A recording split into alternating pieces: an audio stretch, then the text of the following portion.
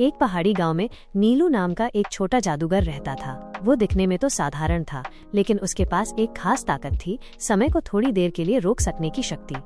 यह शक्ति उसे उसकी माँ से विरासत में मिली थी, जो एक समय की जादूगरनी थी। नीलू इस शक्ति का उपयोग बहुत सोच समझकर करता था। वो मदद करता, लेकिन किसी को पता नहीं चलने देता कि जादू से कर रहा है। एक दिन गांव के पास की नदी अचानक सूख गई। सारे लोग परेशान हो गए। न खेतों को पानी मिला, न पीने को। गांव के बुजुर्गों ने बताया कि नदी का पानी एक पुरानी समय की किताब से जुड़ा हुआ है, जो पास के प्राचीन खंडहर में छिपी है।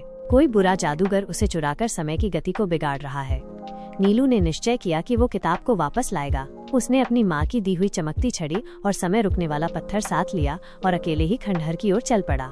खंडहर में घना अंधेरा था, लेकिन नीलू के पास साहस और जादू दोनों थे। रास्ते में उसे समय रक्षक सर्प मिले, जो बहुत तेज थे। नीलू ने समय को एक पल के लिए रोककर उनके बीच से निकल गया।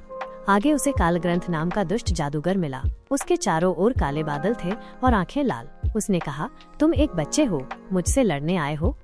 नीलू ने मुस्कुराकर जवाब दिया, मैं छोटा हूँ, लेकिन समय का सच्चा रक्षक हूँ। उसने छड़ी उठाई और समय ज्योति मंत्र पढ़ा। चारों ओर उजाला फैल गया। कालग्रंथ ने अंधेरे का जादू चलाया, लेकिन नीलू ने समय को रोककर उसकी चाल उलट दी।